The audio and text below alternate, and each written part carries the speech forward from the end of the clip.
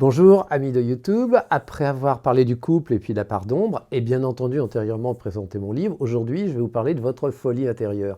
Ce qui est inné, on est tous différents. Vous pouvez prendre des jumeaux avec des histoires identiques, ils réagiraient différemment.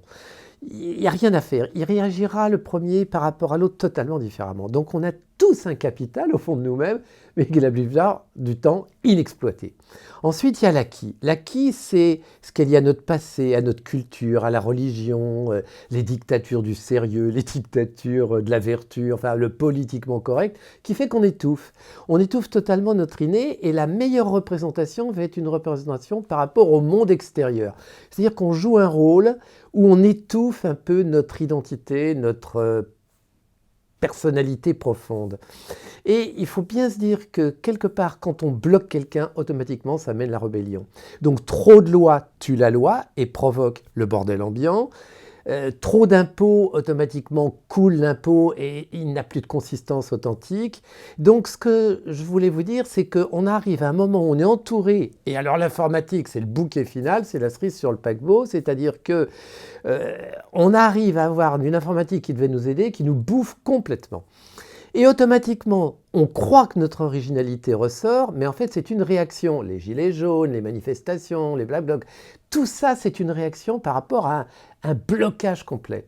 Et ce que je voudrais essayer de vous faire comprendre, c'est que l'idéal, c'est d'aller rechercher chez nous quelque chose qui est notre part d'originel, d'originalité, même notre marginalité, ou la reconnaissance serait une reconnaissance par rapport à vous, et pas forcément par rapport au milieu extérieur. Le meilleur exemple, c'est le facteur cheval. Vous l'avez dans vos rêves, dans vos intuitions. Et là, ne cherchez pas un appui extérieur, c'est le vôtre. Et à partir du moment où vous allez donner le minimum syndical à la société qui va vous foutre la paix pour vous permettre de vivre un peu votre créativité, votre productivité personnelle, vous allez être heureux parce que vous allez être à cheval entre une reconnaissance extérieure et une reconnaissance intérieure. Mais là, vous n'êtes plus dans un rapport de dépendance et c'est quelque chose de très riche qui fait que quelque part, on n'a pas besoin de prouver, on est juste. C'est la voie du milieu, comme on dit. Alors, comment trouver cet inné? Je vous l'ai dit, les intuitions, les rêves. Il faut oser. Alors, il faut du courage. Il faut du courage. Moi, je ne dirais pas du courage, il faut de la foi. Parce qu'on sent que quand quelque part, on va faire quelque chose de marrant, d'amusant, eh bien, automatiquement, c'est là depuis pas mal de temps, où on le voit à travers des gens, qu'on le voit par procuration, et là, il faut oser.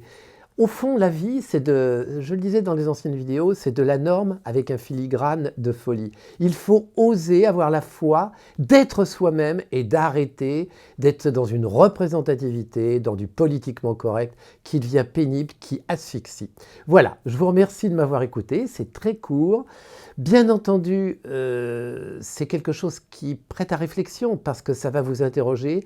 Et je vous dis, c'est avoir la foi en vous dans votre originalité, dans votre côté originel. Je vous remercie de m'avoir écouté. Il y aura d'autres vidéos qui vont être sur la folie de la violence au fond de vous-même, qui est naturelle, parce que la violence n'est pas toujours négative. Et je vous remercie de m'avoir écouté très rapidement ce matin. Au revoir.